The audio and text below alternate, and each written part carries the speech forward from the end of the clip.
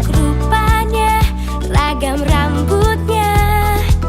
Tak pedulikan tanah asalnya, tutur bicara, keyakinannya tak ada yang sama.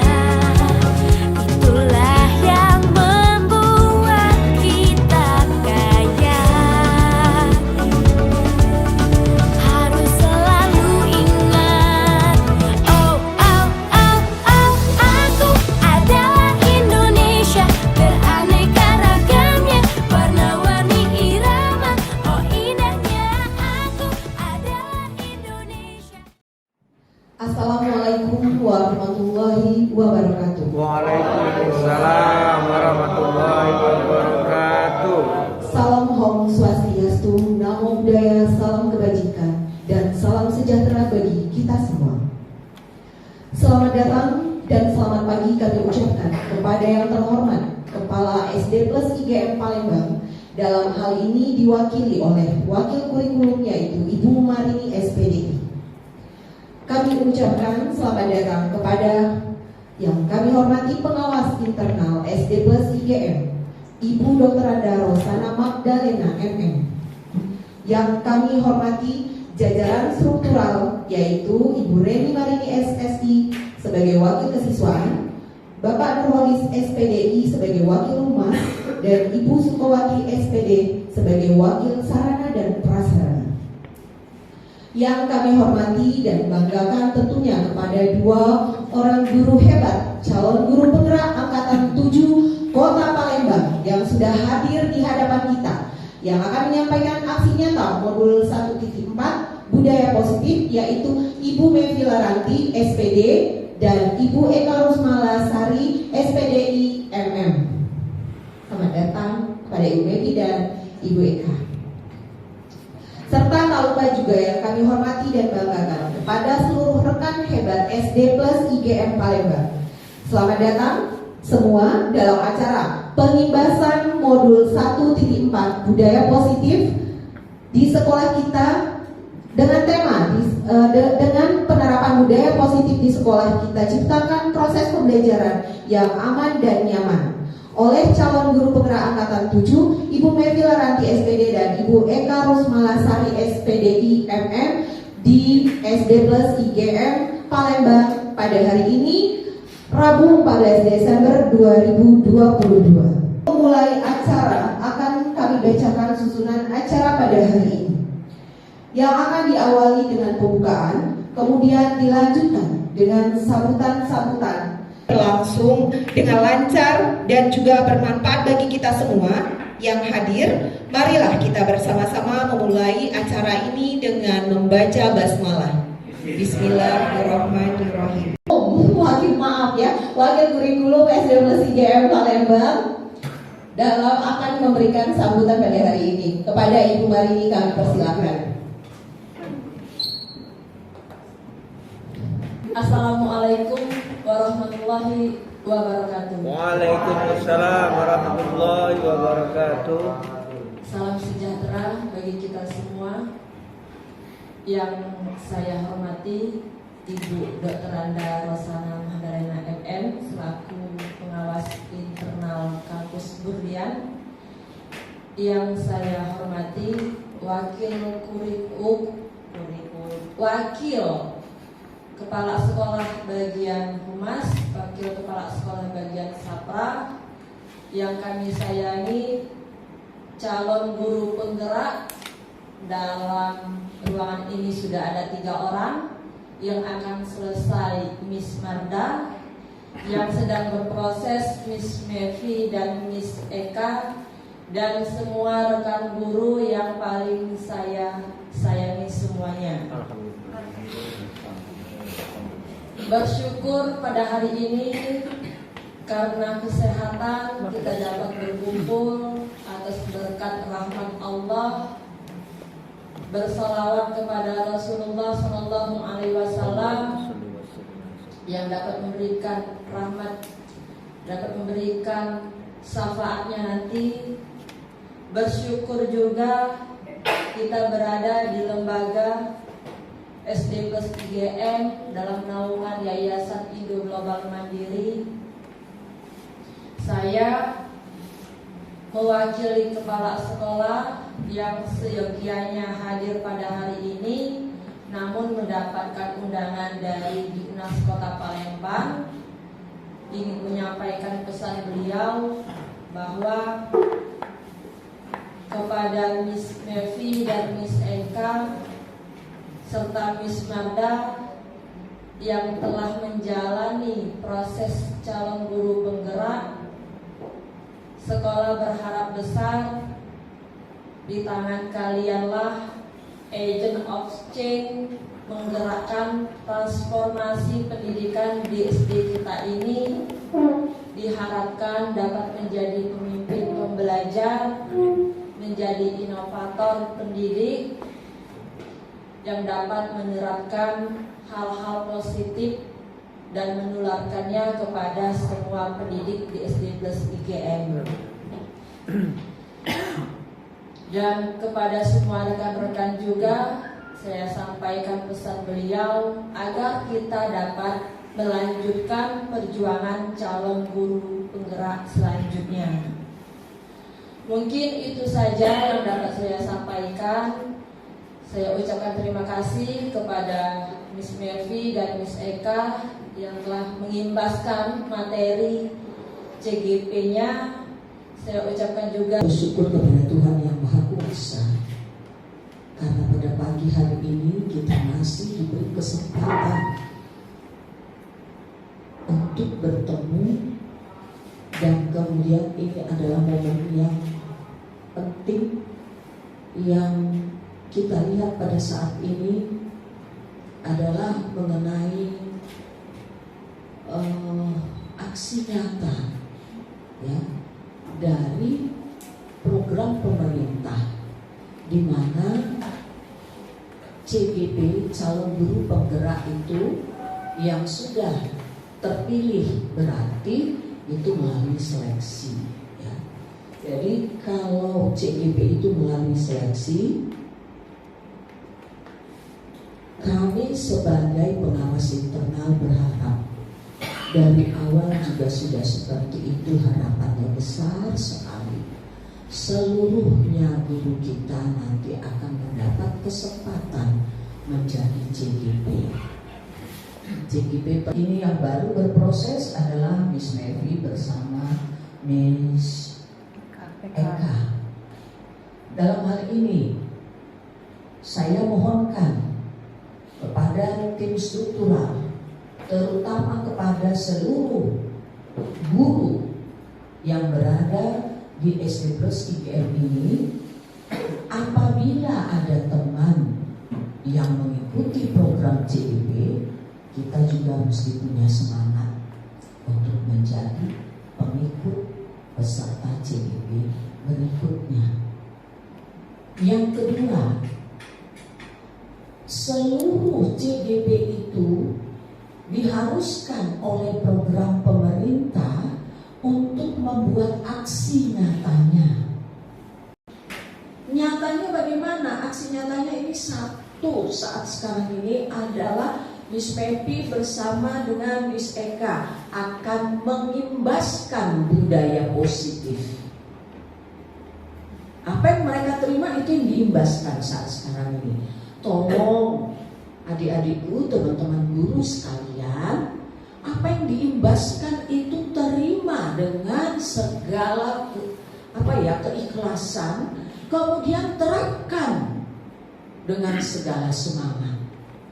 Jadi kalau kita udah menerima ikhlas, pasti kita punya niat untuk melaksanakannya, menerapkannya. Dalam hal ini salah satu contoh, tadi saya sempat bertanya kepada Miss Eka dan Miss Mevi, apa sih budaya positif itu? Yang saya terima tadi budaya positif itu yaitu bahwa kita ya harus, salah satu contohnya harus mempunyai atau membuat seperti keyakinan atau komitmen kelas. Berarti antara guru dengan siswa. Mungkin itu sudah mengenai disiplin dan lain sebagainya. Tidak jauh beda seperti kurikulum 13, menanamkan karakter. Disiplinnya sudah di situ, kerjasamanya dan lain sebagainya. Kemudian saya tanya lagi, ada segitiga restitusi katanya. Tolong dipahami ini. Kalau saya ngobrol tadi dengan CGP ini, bahwa itu semuanya ada di dalam kurikulum 13.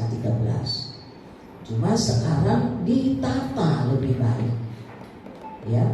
Kemudian ada posisi 5 kontrol guru. Ya. Berarti kalau berkata dengan kontrol, di situ kita harus mampu ditiru dan digugu, memberi, menerima, menerapkan, mengevaluasi, menindaklanjuti. Jadi mohon adik-adikku, rekan-rekan guru di sini, kita saling mendukung. Budaya apa sih positif itu nanti tolong catat poin-poinnya. Kemudian di dalam bidang mana, di dalam gerak yang mana kita harus menerapkan hal itu. Jadi jangan nanti ada pikiran, wah orang mereka kok yang CGP. Tidak bisa. Harus kita dukung karena kita adalah bagian dari lembaga ini. Karena kita adalah guru di lembaga ini. Jangan ada prinsip pembiaran. Biarkanlah, itu tidak baik. Mulai dari diri sendiri dulu, ya. Memahami apa itu budaya positifnya. Nanti akan disampaikan oleh kedua narasumber kita di depan. Nah, yang terakhir, Ibu hanya mau menegaskan. Nanti selanjutnya di dalam prosesnya, Miss Mepi dengan Miss Eka dan Miss Marda, tolong nanti dicatat bagian-bagian mana yang menjadi kendala, apa yang bisa saya bantu untuk penerapan daripada pembebasan semua materi dari CGP. Tolong dievaluasi. Kemudian guru juga boleh mengevaluasi. Oh, CGP itu begini, kurang ininya, kami mau minta ini, boleh enggak? Kita punya komunitas belajar di sini. Mereka ini nanti akan menjadi sumber informasi buat kita yang belum ikut CGP. Kalau saya pribadi tidak main kalah dengan orang lain, bukan ambisius ya, tapi saya nggak mau ketinggalan dengan orang lain. Orang lain itu bisa tampaknya bagus, bisa berhasil dengan nilai hampir 100. Saya kok 85, 80, jadilah. Jangan pulau asal-asalan. Sehingga apa yang dikatakan menjadi guru profesional itu dapat terlaksana. Kesimpulannya cuma satu. Mari kita berubah. Berani berubah. Mari kita terapkan perubahan kurikulum, apalagi kurikulum merdeka yang saat sekarang ini. Semua sudah sangat simpel, saya lihat. Tidak ribet lagi. Pahami nanti semuanya, percaya pada saya bahwa istilah-istilah yang muncul itu adalah penegasan dari kurikulum-kurikulum sebelumnya. Setiap ganti menteri akan berganti kurikulum. Itu yang biasa dikatakan oleh publik. Tapi bukan itu. Setiap pemegang keputusan mempunyai kehendak, mempunyai rencana yang terbaik. Oleh sebab itu, kalau ada perubahan kurikulum, itu karena mau menuju perubahan yang lebih baik lagi, yang lebih maju lagi. Lihatlah saat sekarang ini, tertinggal kita kalau nggak ikut medsos, tertinggal kita kalau nggak bisa IT, tertinggal kita. Yang sudah kita tunggu-tunggu, ya, sesi berikutnya yaitu penyampaian materi pengibasan aksi nyata modul 1.4 budaya positif yang akan disampaikan oleh Ibu Melvi Laranti SPD dan Ibu Eka Rosmalasari SPDI MM. Untuk yang pertama ini akan disampaikan oleh Ibu Eka Rosmalasari SPDI MM. Kepada Ibu Eka kami persilakan. Assalamualaikum warahmatullahi wabarakatuh. Ya, saya doakan semoga rekan-rekan yang menjawab salamnya dengan semangat cepat mendapatkan rezeki yang berlimpah. Berarti diulang lagi ya salamnya. Assalamualaikum warahmatullahi wabarakatuh.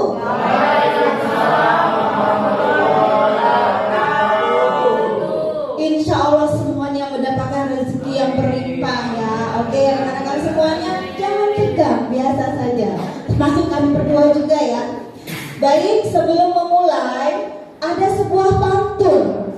Iya, nanti boleh rekan-rekan teriak apa ya kalau biasanya pantun itu? Cakep, oke. Jalan-jalan ke Ampera. Jangan lupa sambil bersukaria. Marilah kita pagi ini membuka diri kita untuk belajar dan berbagi bersama. Nah, rekan-rekan semuanya, kebetulan saya dan Miss Nevi dan juga Miss Barda itu sudah melewati masa, kalau kami berdua ini kurang lebih 2 bulan ya Miss Nevi ya. Kalau Miss Barda itu sudah 1 tahunan ya Miss Barda ya. Itu sudah melewati proses belajar. Karena itulah dalam waktu kami belajar tersebut kami ingin berbagi kepada rekan-rekan. Nah, ini mungkin sesi kami berbagi yang pertama. Jadi kami akan berbagi dengan judul mewujudkan budaya positif di sekolah.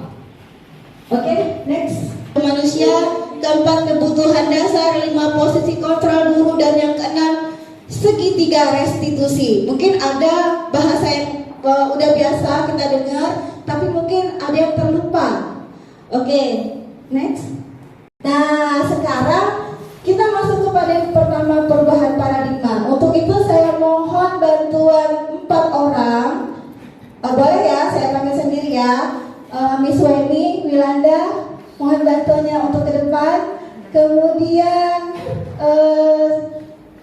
sama Miss Rizka, Sir Edward dan Sir Dovi. Mohon bantuannya ke depan. Baik, silahkan berpasangan ya Miss Weni sama Miss Rizka.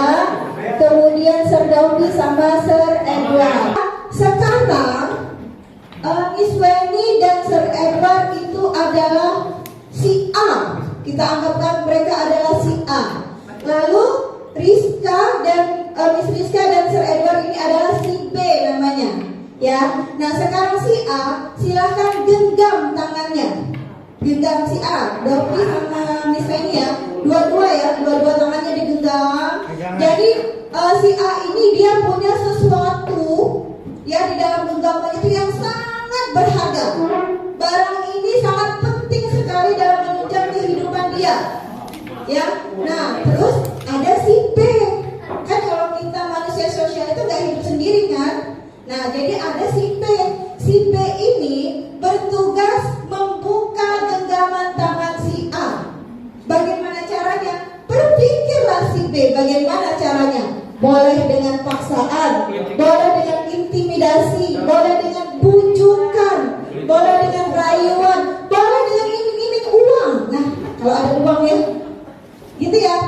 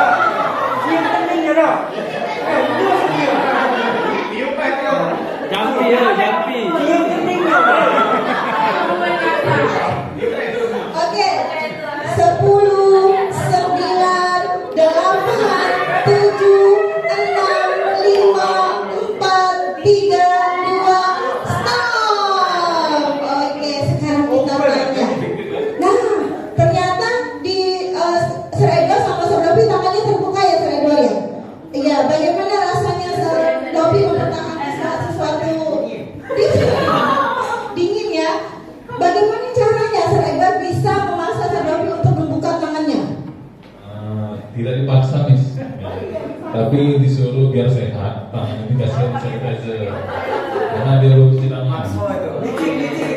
Dia kesadaran diri sendiri ya, dia pakai sanitizer. Ya, ada hadiahnya Miss, kita.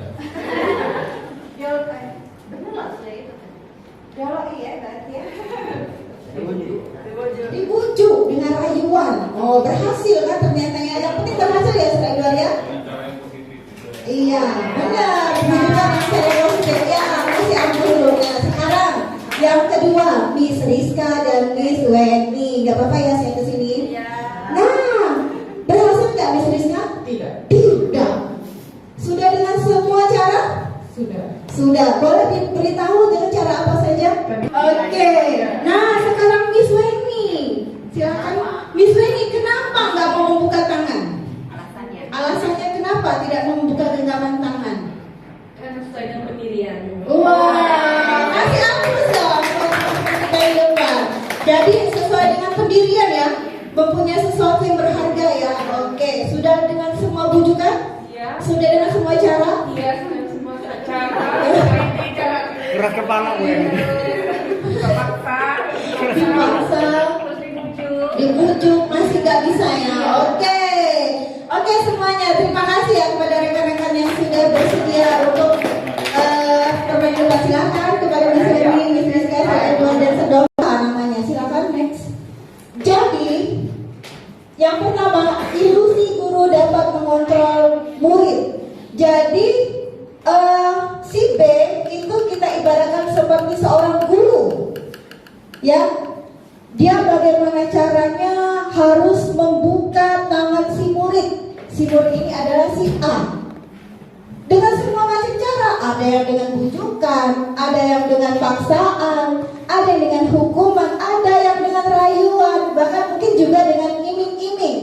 Bisa juga seperti itu. Nah, itulah ilusinya bahwa guru itu dapat mengontrol murid. Jadi kita berpikir bahwa kita ini guru bisa mengontrol murid. Itu paradigma yang tercipta di diri kita masing-masing. Kemudian yang kedua, ilusi bahwa semua penguatan positif, efektif dan bermanfaat. Itulah dengan bujukan tadi. Jadi kita berpikir, oh saya ini kalau memberikan ini kepada murid, mereka pasti mau membuka diri.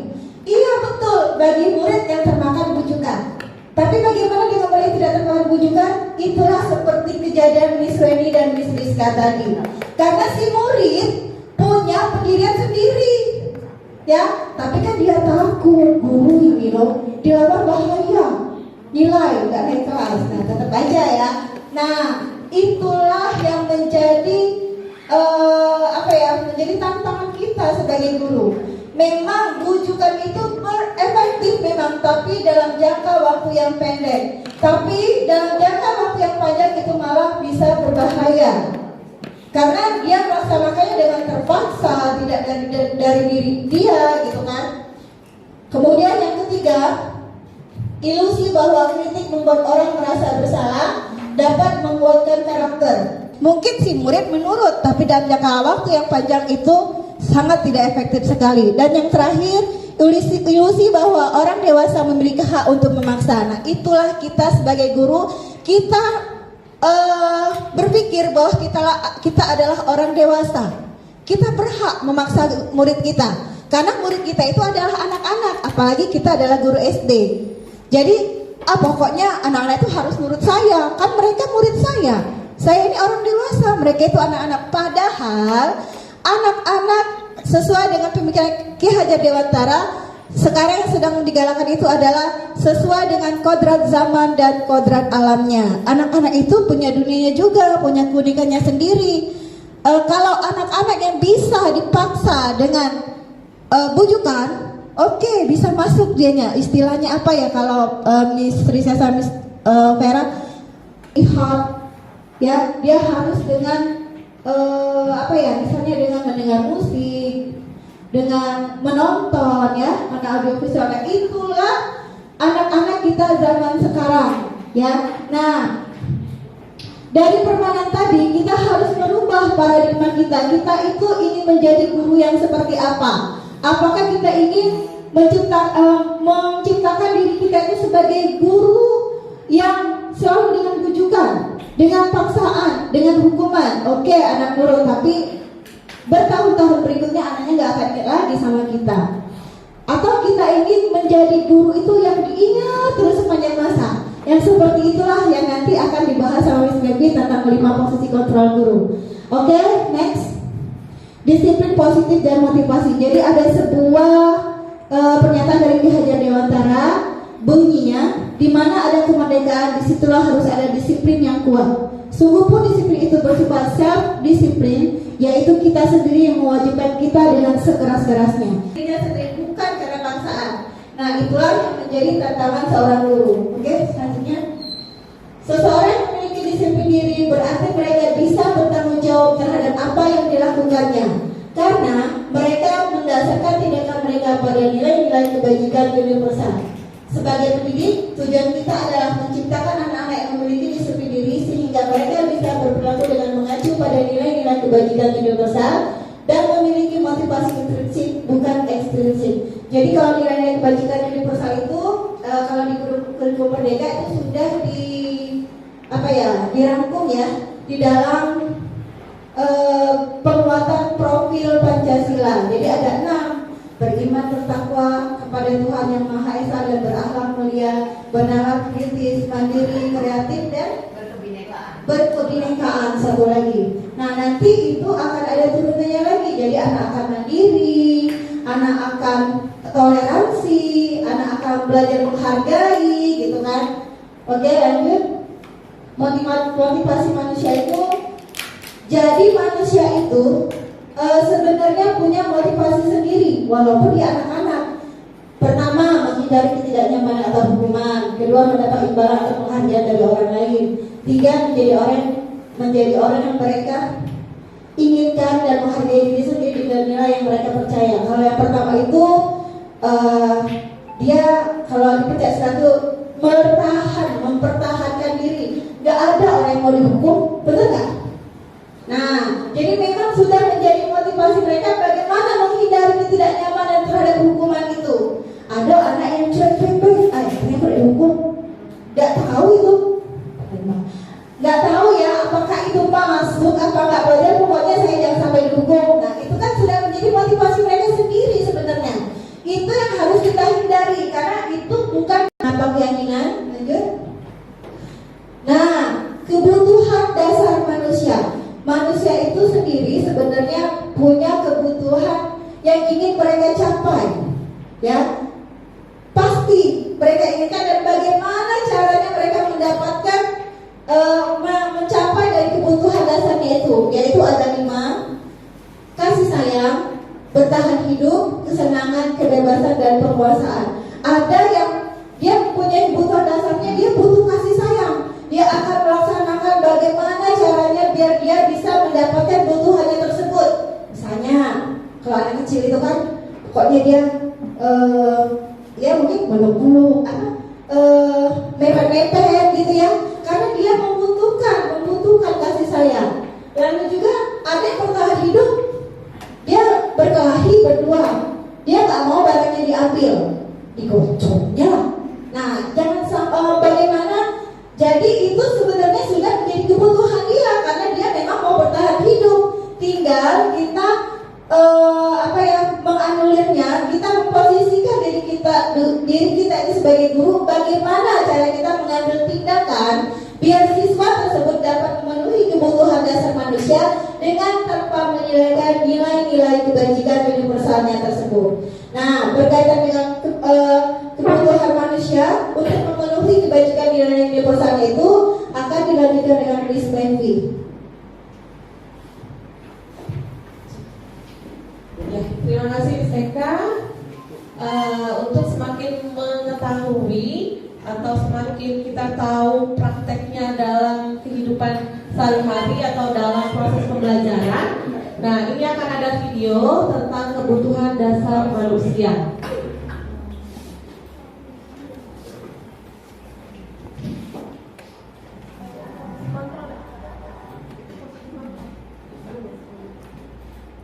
Posisi kontrol.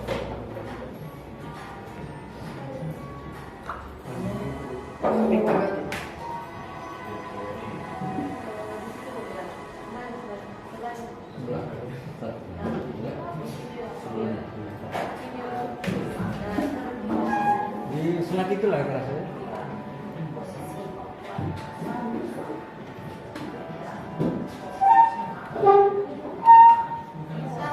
Di slide itu lah rasanya.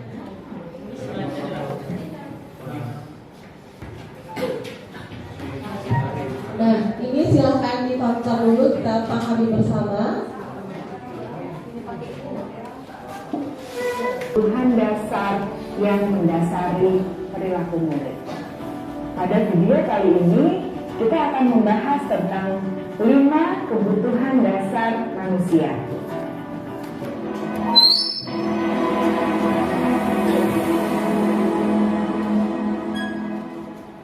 Ki Hajar Dewantara dalam salah satu kutipannya menyatakan, kita ambil contoh perbandingannya dengan hidup tumbuh-tumbuhan. Seorang petani dalam hakikatnya sama kewajibannya dengan seorang pendidik yang menanam padi misalnya. Hanya dapat menuntun tumbuhnya padi. Ia dapat memperbaiki kondisi Ya, tanah. ini filosofi dari Ki Hajar Dewantara Dan yang sekarang lagi booming, yang sekarang lagi jamur-jamur yang mengganggu hidup tanaman padi dan lain sebagainya. Ketika guru memahami kebutuhan apa yang mendasari perilaku murid, dan guru berusaha menuntun dan mendukung murid dalam memenuhi kebutuhannya secara positif, pada hakikatnya guru tersebut ibarat seorang petani yang sedang berusaha memahami kebutuhan masing-masing tanaman.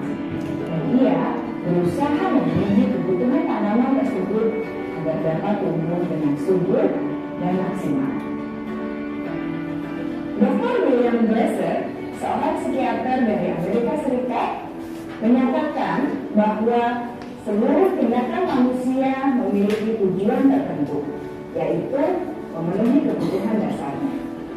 Ketika kelima kebutuhan dasar telah terpenuhi secara memadai, maka murid akan tumbuh dengan seimbang dan bahagia. Sebaliknya, ketika kebutuhan dasar tidak terpenuhi dengan baik, maka seseorang akan mengalami emosi negatif seperti bosan, sedih, dan kecewa. Bahkan mereka dapat melakukan perbuatan yang bertentangan dengan nilai-nilai kebajikan atau melanggar peraturan. Dengan kata lain, perilaku buruk seseorang biasanya adalah respons dari kebutuhan yang tidak terpenuhi. Nah, jadi dapat kita pahami bersama ya bahwa kita sebenarnya pun anak-anak pun memiliki 5 kebutuhan dasar. Kalau tidak terpenuhi berdasarkan video tersebut, maka akan timbul rasa-rasa seperti tampak di video tersebut. Kebutuhan untuk bertahan hidup atau survival. Yang kedua, kebutuhan untuk merasa diterima atau love and belonging. Yang ketiga, kebutuhan akan kebebasan atau freedom. Yang keempat, kebutuhan akan kesenangan atau fun. Dan yang kelima, kebutuhan akan penguasaan atau power. Ya, sobat besar. Nah, jadi begitu. Kalau di antara 5 kebutuhan dasar ini sudah terpenuhi, maka rasa nyaman di murid terus juga pada proses pembelajaran juga dapat tercipta dengan baik. Kalau kita mengingat dari kebutuhan dasar manusia yang 5 tadi, baik itu untuk anak-anak maupun untuk kita sendiri, sebenarnya manusia itu punya 5 kebutuhan dasar tersebut yang harus kita pahami bersama. Di antaranya tadi ada yang masih ingat? Yang pertama,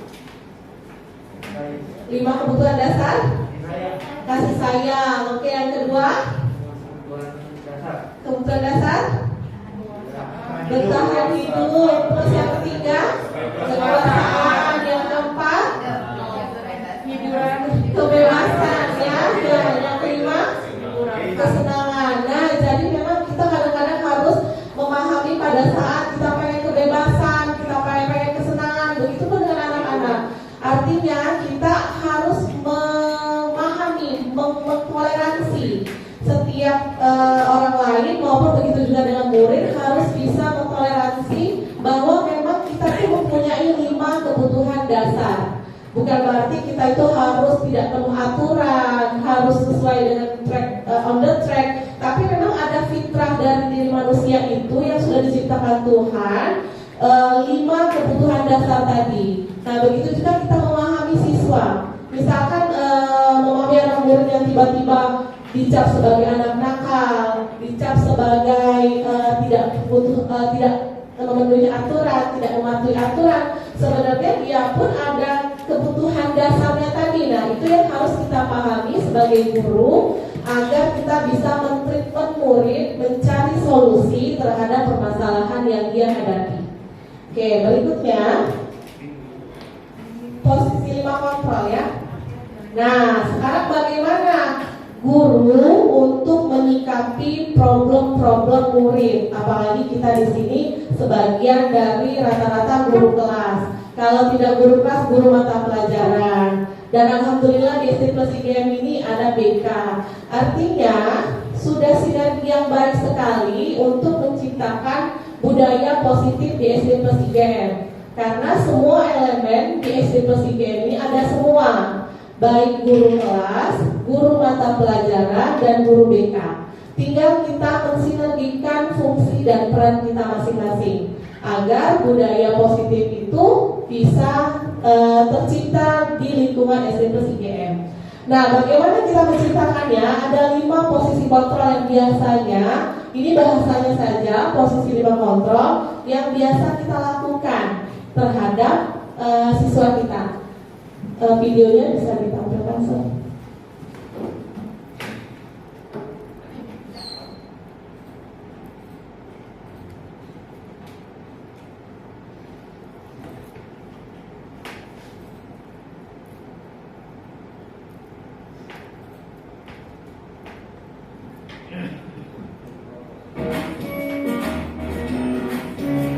Nah, ini ada cara-cara menangani siswa dalam 5 posisi kontrol kita.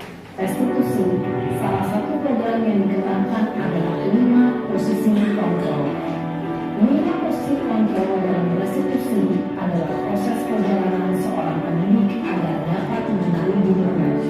Pada video kali ini, kita akan membahas tentang 5 posisi kontrol yang dikembangkan oleh Dayan Dosen dan contoh penerapannya.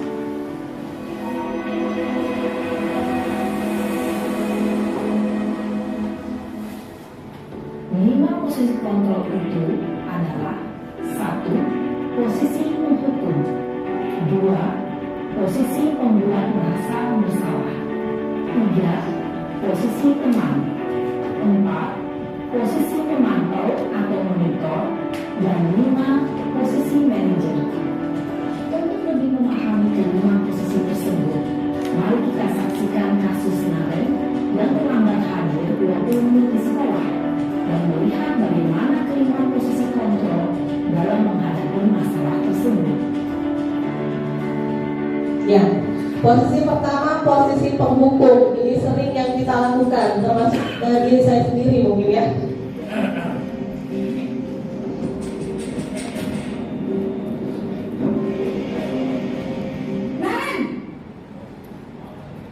Sini kamu. Selalu terlambat. Kamu deh pasti terlambat. Maaf Bu, saya Apa? Apa coba? Alasan kamu apa lagi? Kapan sih kamu tidak terlambat? Malas sekali ya kamu jadi anak. saya Dasar pemalas. Gak kapok-kapok sih kamu. Sudah berapa kali terlambat? Sana, kamu keliling lapangan basket 2 kali. saya harus di lapangan basket Bu. Kenapa? Kamu melawan ibu. Berani-beraninya jawab. Sudah terlambat, masih berani jawab pula. Sekarang, keliling lapangan basket 5 kali sekalian. Biar kapok. Cepat. Pergi sana ke lapangan basket. Posisi penghukum. Itu posisi penghukum. Nah, itu ciri-cirinya ya, menghardik, menunjuk-nunjuk, berkaca pinggang, membentak. Hukumannya verbal ataupun fisik.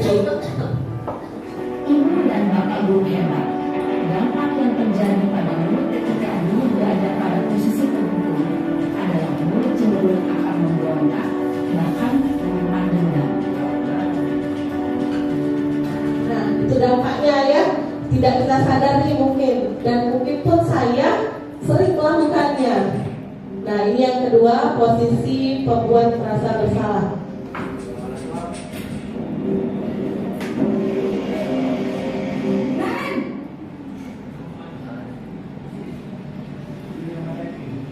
Selamat pagi, Bu. Naren, kamu kenapa terlambat lagi, nak? Ya Tuhan, Naren, kamu senang ya bikin ibu susah ya? Kalau kamu terlambat lagi, nanti ibu yang ditegur bapak kepala sekolah, nak. Disangka ibu tidak bisa membina kamu. Duh, gimana ini? Maaf, Bu. Duh, Gusti Naren, kamu suka ya kalau ibu tegur bapak kepala sekolah? Terus, sekarang ibu harus tulis apa yang di buku absen? Ini kamu sudah sering terlambat loh. Ibu harus apa coba? Maaf, Bu. Maaf sekali. Ya sudah, lain kali jangan bikin ibu susah lagi ya nak ya. Ibu tidak akan kuat lagi kalau kamu begini terus. Iya, jadi dia banyak aktingnya posisinya ya. Maaf sekali. Ya. Nah, ternyata ada efeknya untuk siswa. Suara ramah, akrab, cenderung bersenang untuk menjaga suasana tetap santai. Murid akan merasa senang, aman, dan akrab dengan guru. Identitas yang tercipta adalah identitas sukses atau berhasil. Namun, Nah, ini efeknya. karena ini masih dorongan eksternal, maka ada faktor ketergantungan dari murid kepada orang tertentu. Ya, jadi efeknya adalah figuritas siswa kepada guru tersebut. Namun hanya kepada orang-orang tertentu saja. Oke, yang keempat, posisi pemantau atau monitor.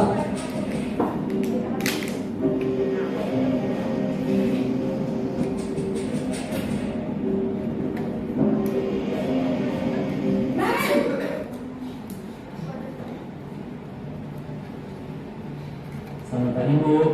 Naren, apa peraturan sekolah kita tentang jam berapa kita harus masuk sekolah, nak? Kita harus di sekolah jam 7, Bu. Iya betul, sekarang sudah jam 7.20. Naren sudah tahu konsekuensinya jika terlambat hadir. Paham, Bu. Saya harus tinggal kelas pas jam istirahat selama 20 menit. Iya benar, konsekuensinya demikian. Jadi nanti jam 9.30 pas istirahat, kamu harus tinggal di kelas, kerjakan tugas tambahan untuk ketertinggalan kamu, ya? Baik, Bu. Posisi pemantau mengandalkan penghitungan atau data untuk mengontrol murid. Ya, dia posisi pemantau ini pakai data, semuanya pakai data. Seorang pemantau menunjukkan bahasa tubuh dan ekspresi wajah yang datar dan cenderung formal.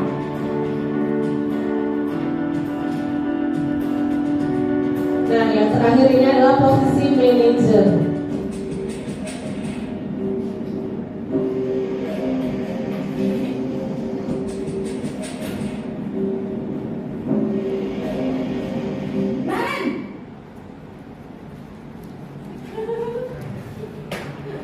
Selamat pagi, Bu. Selamat pagi, Naren. Maaf, Bu. Saya terlambat. Iya, sekolah masuknya jam 7, sekarang sudah jam 7.20. Jadi sekarang bagaimana ini, Naren? Maaf, Bu. Saya lupa setel alarm saya semalam. Baiklah, menurut kamu, keyakinan sekolah yang mana yang perlu kamu tingkatkan? Menghargai diri sendiri dan orang lain mungkin, ya, Bu. Setuju. Jadi, apakah Naren meyakini prinsip saling menghormati tersebut? Iya, Bu. Saya meyakininya. Apakah Naren bersedia memperbaiki masalah keterlambatan ini? Bersedia, Bu. Bagaimana kamu akan perbaiki masalah keterlambatan ini? Saya akan coba untuk tidak lupa menyetel alarm saya, Bu. Baik, kalau Naren lupa menyetel alarm di rumah, ada orang yang kira-kira bisa bantu mengingatkan tidak? Ada, Bu. Kata saya, Kak Emma. Ada lagi selain Kak Emma? Selain Kak Emma, ada ibu saya. Baik, jadi yang mengingatkan Naren adalah Kak Emma dan ibu kamu ya. Kira-kira akan mulai alarm kapan nih Naren? Setelah pulang sekolah akan segera saya lakukan. Baik, jadi Naren akan setel alarm untuk bangun besok pagi dan akan diingatkan oleh kakak dan ibunda Naren ya. Ada lagi yang mungkin perlu dilakukan Naren agar tidak terlambat bangun lagi? Tidak ada, Bu. Baik Naren, terima kasih untuk bersama kamu. Sekarang kamu perlu kembali ke kelas untuk belajar. Baik, Bu. Terima kasih. Di stop saja. Nah, jadi itulah 5 posisi kontrol. Dari kelima posisi tadi, baik itu yang pertama, ada ingat apa? Penghukum. Yang kedua, membuat rasa bersalah. Yang ketiga, teman. Yang keempat, ya pemantau atau monitor. Dan yang kelima adalah manajer. Di antara 5 posisi kontrol itu kita yang mengontrol murid, berarti kita sebagai pelakunya. Di antara 5 tadi yang paling baik kira-kira siapakah di antara 5 tadi? Manajer. Ada yang 1, tunjuk tangan. Yang 2, kita sepakat semua manajer. Posisi kontrol 5. Ya, oke. Kalau sudah posisi manajer, artinya posisi itulah yang paling ideal. Kenapa? Karena pada tayangan tersebut bisa disimpulkan tidak apa bedanya di antara masing-masing posisi kontrol tersebut, baik dari pembuat hukuman, yang kedua pembuat rasa bersalah, yang ketiga tadi apa yang ketiga? Teman, yang keempat itu monitor atau pemantau, dan yang kelima adalah manajer. Ada tidak pembeda di antara masing-masing posisi kontrol tersebut? Yang membedakannya apa? Sehingga kita menyimpulkan bahwa posisi manajer itulah yang paling ideal atau yang paling baik yang harus kita perankan terhadap siswa kita. Ada yang bisa? Bedanya? Oke, kalau sebagai penghukum lebih cenderung gimana tadi si guru tadi? Marah-marah. Oke, yang kedua, posisi kontrol yang kedua sebagai pembuat rasa bersalah. Apa cirinya? Kalau dari video tadi, memelas, acting ya, jadi sehingga si anak tadi merasa bersalah dengan kata-katanya. Terus kalau yang ketiga, sebagai teman. Posisi kontrol tersebut apa kira-kira yang spesifik yang membedakan dengan yang lain? Kalau lihat dari tayangan tadi, kalau untuk teman, bahwa dia si guru tadi memposisikan layaknya hubungan yang baik. Si guru lebih ke problem solvernya si anak tadi, tapi dalam hal melindungi kesalahan anak. Dia yang center, bukan anak yang center. Kalau untuk teman. Nah, kalau yang keempat pemantau atau tadi monitor, dia selalu memakai data. Sifatnya agak menekan siswa. Dan yang kelima tadi adalah posisi kontrol yang kelima adalah manajer. Ada ciri khasnya di posisi manajer itu, bahwa guru tersebut mengembalikan semuanya kepada keyakinan kelas. Seperti yang sudah disampaikan di SEK tadi, maka di kurikulum Merdeka itu ada namanya kesepakatan kelas. Kesepakatan kelas akan menimbulkan keyakinan kelas.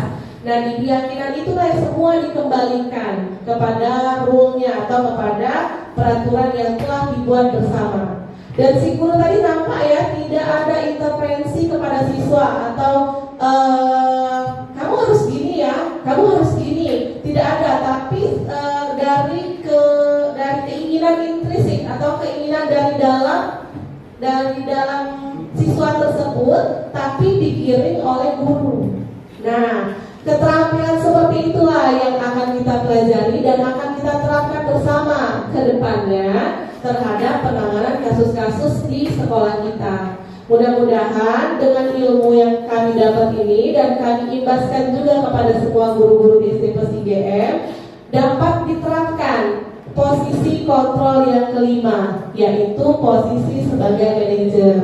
Karena seperti yang kita ketahui bersama dan seperti filosofis Dewantara juga, bahwa didiklah anak sesuai dengan kodrat alam dan kodrat sangat, bahwa semua anak-anak sekarang sudah masuk era digitalisasi 4.0 menyosong 5.0. Oke, berikutnya bagaimana sekarang permasalahannya setelah kita mengetahui bahwa posisi manajer itu yang paling baik cara kita menghadapi siswa, maka bagaimana cara berikutnya menelaah siswa atau kita memperlakukan siswa tersebut. Nah, ini dengan menggunakan segitiga restitusi namanya. Segitiga restitusi. Nah, ini ada tayangan video bagaimana kita menerapkan posisi manajer itu dengan menggunakan segitiga restitusi.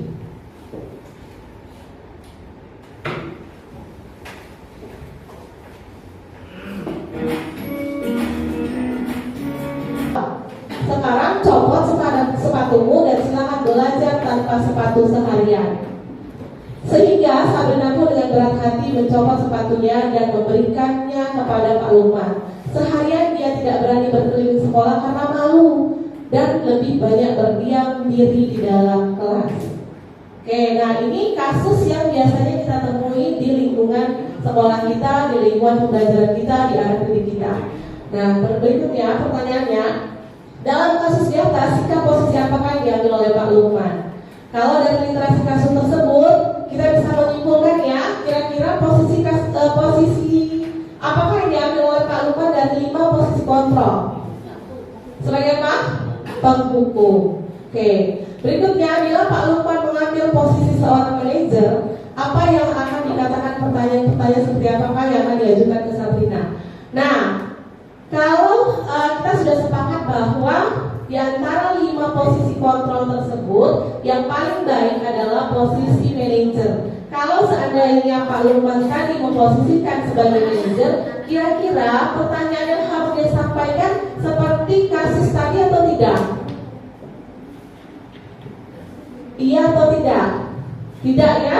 Nah, kira-kira apa pertanyaannya seharusnya yang dia sampaikan? Bukan lepas sepatumu atau nggak usah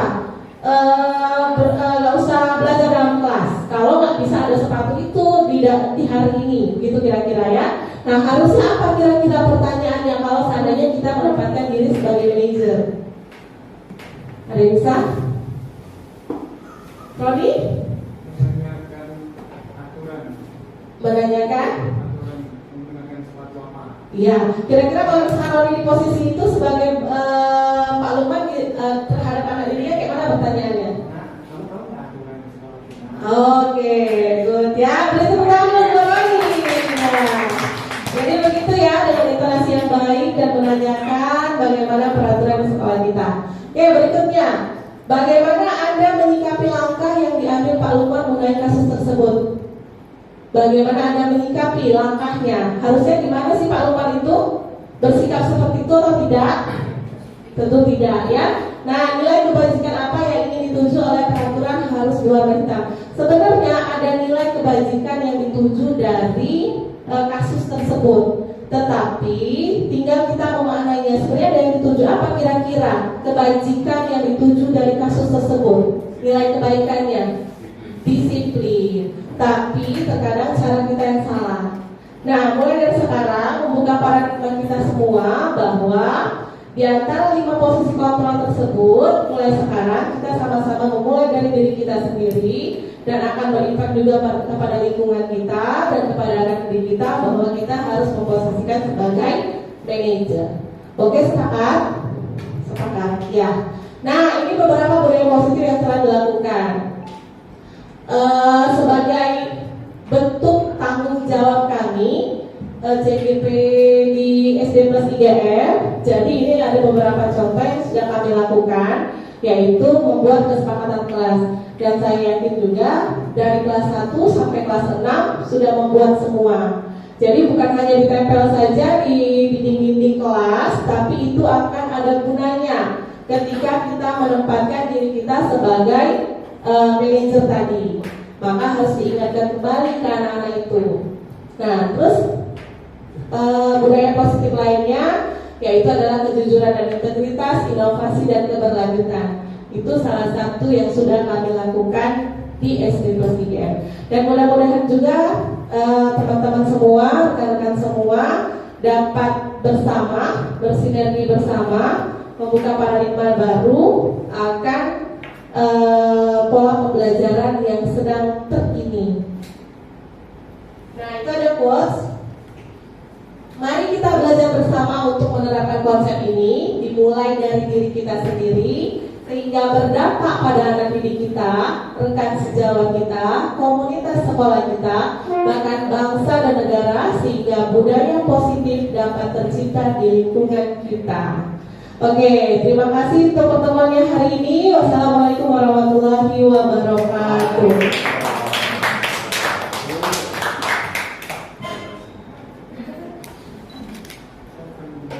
Waalaikumsalam warahmatullahi wabarakatuh. Terlambat ini. Nyalain mic-nya, maaf ya misalnya.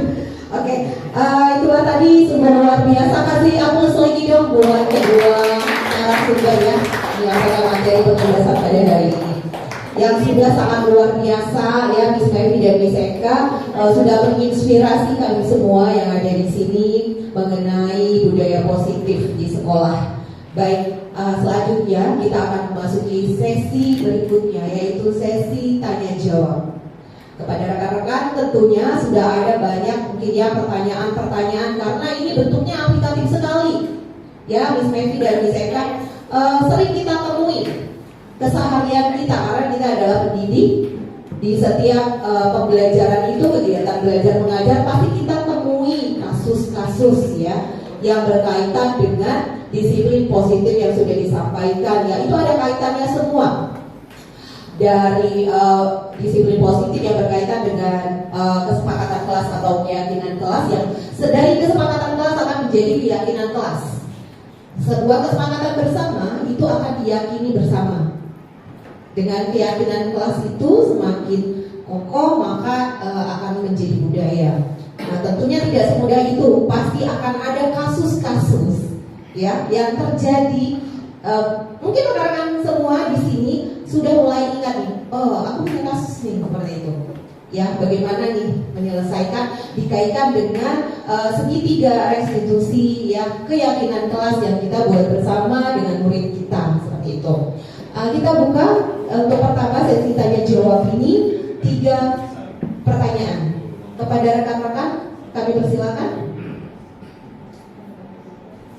Oke, Miss Vera. Oke, assalamualaikum warahmatullahi wabarakatuh. Waalaikumsalam. Oke, terima kasih waktunya. Pertanyaan kami mengenai bagaimana menerapkan konsekuensi yang baik dalam menerapkan disiplin positif sesuai dengan pengalaman Miss Mevi. Sedangkan dalam budaya positif itu tidak ada hukuman.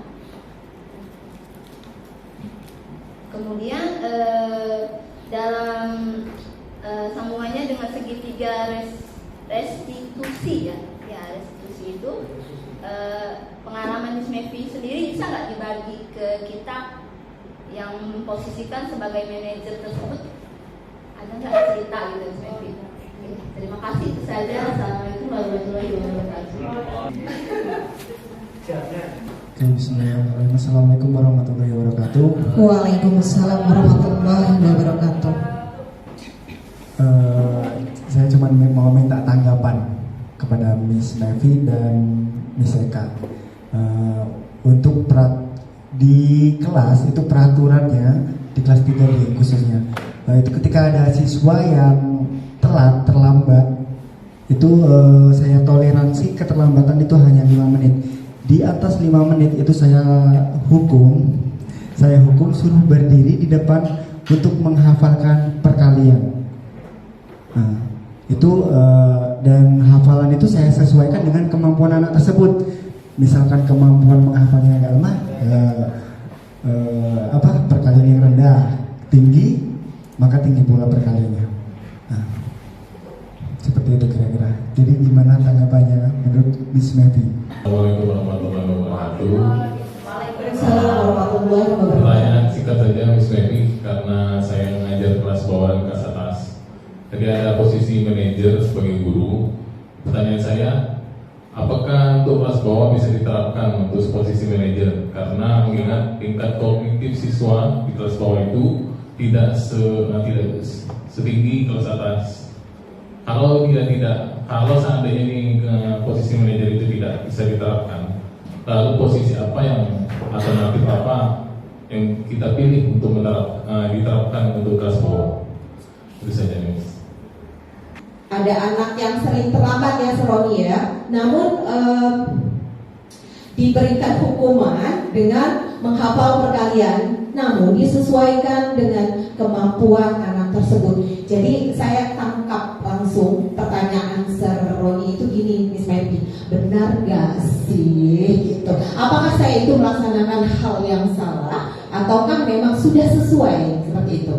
Dan yang ketiga dari Sir Edward, karena mengajarnya di dua level yang berbeda, kelas 1 dan kelas 6 ya, waduh, pembuka dan penutup ya. Jadi ada karakteristik yang berbeda, sangat berbeda antara kelas 1 dan kelas 6. Nah itu bagaimana seperti itu? Ada alternatifkah ya seperti itu ya? Itu Miss Mary. Silakan Miss Mary. Gak apa-apa ya, sambil dulu. Ya boleh. Nah, jadi yang pertama terima kasih sebelumnya kepada Miss Vera. Pertanyaannya, ada nggak pengalaman diri saya memperlakukan posisi manajer terhadap siswa murid di kelas saya, karena saya mengajar di kelas 4. Mungkin seperti itu ya Miss Vera ya, kurang lebih ya. Nah, jadi begini. Setiap orang pasti pernah melakukan 5 posisi kontrol tersebut secara sadar ataupun tidak. Pasti pernah, karena kita dididik oleh paradigma lama. Begitu pula dalam lingkungan keluarga kita, mak-mak kita, zaman berapa dari kita ya. Nah sudah itu belum lagi di lingkungan kerja, di lingkungan sosial kita, sehingga Kemendikbudristek ini kan baru meluncurkan program guru penggerak ini, baru ini kalau misalnya kami angkatan 7 baru setelah pandemi melihat konteks yang ada di Indonesia. Nah saya pun secara jujur harus mengatakan bahwa saya juga baru dapat ilmunya setelah saya mengikuti program guru penggerak. Oleh karena itu akan saya imbaskan juga kepada teman-teman rekan kerja sekalian, bahwa pada saat saya mendapat ilmu itu juga saya merefleksi diri saya gitu kan, mengevaluasi. Nah salah, aku galak juga posisi penghukum itu, nah bahasa kita tuh ya bahasa Palembang. Terus nah aku juga galak posisi buat bersalah. Nah ternyata tidak baik. Nah sekarang dimulai dari diri saya, dan saya mengajak juga kepada rekan-rekan untuk sama-sama belajar menerapkan. Nah jadi kalau misalkan kasus pengalaman pribadi belum ada, karena masih juga yang saya pahami dari terhitung sampai sekarang dapat ilmunya masih menerapkan paradigma yang lama. Tapi memang secara karena mungkin saya dulu dibesarkan oleh lingkungan yang tidak militer, jadi saya pun menerapkan ke anak-anak yang tidak misalkan hukuman, terus itu perkataan keras, atau misalkan didikan apa ya, maksudnya mengecam dengan posisi kontrol pertama sebagai penghukum. Itu jarang saya lakukan untuk anak-anak, lebih ke posisi teman. Dan kalau posisi manajer baru mau saya terapkan kepada anak-anak ke depannya. Jadi begitu Miss Vera. Ya, ada lagi Miss Vera? Yang kedua kalian jawab sama Miss Eka. Baik ya, saya coba jawab yang kedua, dan mungkin juga berhubungan dengan jawaban untuk Sir Edward pertanyaan ketiga. Jadi kan Seroni ada kesepakatan di kelasnya, kalau anak terlambat dikasih apa? Oh enggak, maksudnya dikasih waktu 5 menit. Kalau memang sudah lebih dari situ maka diberi hukuman. Hukumannya berupa berdiri di depan kelas menghafalkan perkalian sesuai dengan kemampuan anak. Seperti itu ya Seroni ya. Nah jadi mungkin kita harus bedakan dulu persepsi antara hukuman dan konsekuensi. Jadi memang kesepakatan kelas itu dibuat itu harus disepakati bersama, dan apabila tidak dilaksanakan maka ada konsekuensinya, bukan hukuman. Jadi harus kita bedakan dulu antara hukuman dengan konsekuensi. Kalau hukuman itu malah dia lebih cenderung membuat anak merasa menderita. Mungkin seperti itu ya kalau menurut pemahaman saya, dan mungkin juga bisa nanti bolehlah kalau rekan-rekan ingin berbagi atau sharing ya. Jadi kalau hukuman itu anak akan dibuat menderita, dia merasa tertekan gitu kan, bisa dengan bisa bentuk verbal atau dengan kata-kata, bisa juga seperti itu. Jadi kalau berdirinya mungkin itu bentuknya adalah hukuman. Nah, yang hal itu yang harus kita hindari sebenarnya. Tapi kalau menghafalkan perkalian itu menurut saya itu adalah konsekuensi. Apalagi dengan statement bahwa menghafalkannya sesuai dengan kemampuan anak. Jadi tidak ada kesan pemaksaan di situ. Jadi kalau konsekuensi itu malah menimbulkan dampak yang panjang kepada anak. Jadi memang itu kalau hukuman dia akan ada trauma. Setelahnya anak akan ada rasa trauma. Tapi kalau konsekuensi tidak menimbulkan trauma, gitu ya. Jadi mungkin itu yang kita bedakan, bahwa kalau sebaiknya ketika kesepakatan kelas itu tidak bisa dijalankan, maka bukan hukuman yang kita berikan, tapi konsekuensi. Kembali sama seperti Miss Mevi, karena ini juga baru menjadi kami baru belajar, seperti yang saya bilang di awal, kami baru belajar dan kami mencoba untuk menerapkannya. Dari sini ke depan kami akan mencoba untuk menerapkannya, dan kami mengajak rekan-rekan, ayolah kita coba bersama-sama untuk menerapkan budaya positif ini di sekolah. Mungkin itu juga bisa menjawab pertanyaan Sir Edward. Jadi kalau anak di kelas bawah memang bisa kita menerapkan posisi kita guru sebagai manajer, itu bisa. Karena posisi kitanya bukan posisi bukan posisi pembelajarannya. Jadi kalau memang intinya ya, kalau di posisi manajer itu ada 3: ketemu masalah sesuai dengan kesepakatan. Jadi kalau dia ada masalah nih, lihat nih kesepakatannya gimana. Misalnya ribut di kelas, nah kesepakatannya apa?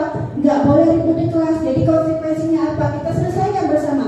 Gimana ya biar nggak ribut misalnya kan? Oke, kita nonton aja ya, atau kita bermain ya. Kita sesuaikan dengan media pembelajaran kita pada hari itu.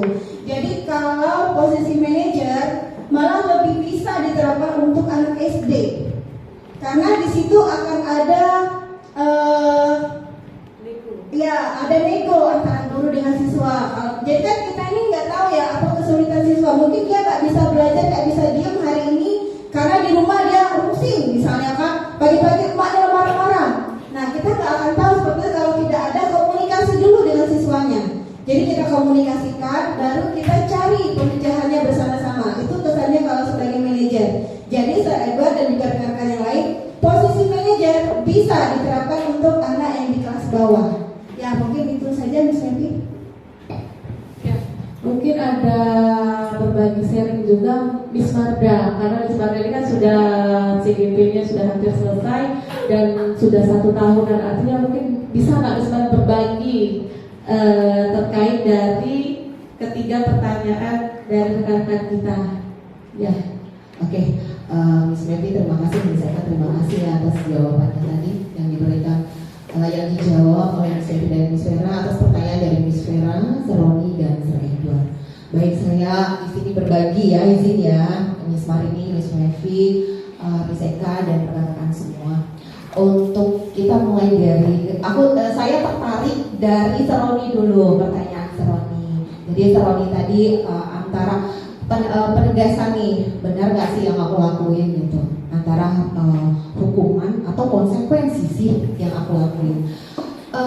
Yang perlu kita ingat kembali seperti itu, konsekuensi itu harus satu jalur dengan kesalahan yang tanda kutip ya, kesalahan yang anak lakukan sebenarnya harus sejalan. Misalnya dia terlambat, kita hukum lari, itu kan tidak sejalan. Anak terlambat kita hukum perkalian, kita sudah yakin apa belum tidak meninggalkan trauma terhadap anak-anak tersebut. Kita balik lagi, ada segitiga restitusi itu. Tahapan segitiga restitusi itulah yang kita akan terapkan seperti itu. Yang pertama apa Miss Mevi tadi? saya agak lupa. Menstabilkan Ya, identitas. menstabilkan identitasnya. Kita tanya tuh.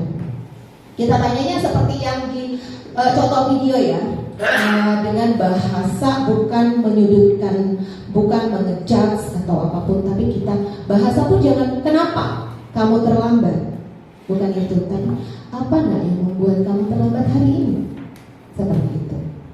Bahasa apa dan mengapa itu juga sudah sangat berbeda. Jadi menggunakan kata yang tepat yang mengandung unsur positif, sehingga anak itu menangkapnya positif juga gitu. Jadi harus disesuaikan dulu Seroni. Menurut saya, ya maksud kita niat kita baik kok. Penghukum juga sebenarnya punya niat yang baik ya untuk mendisiplinkan.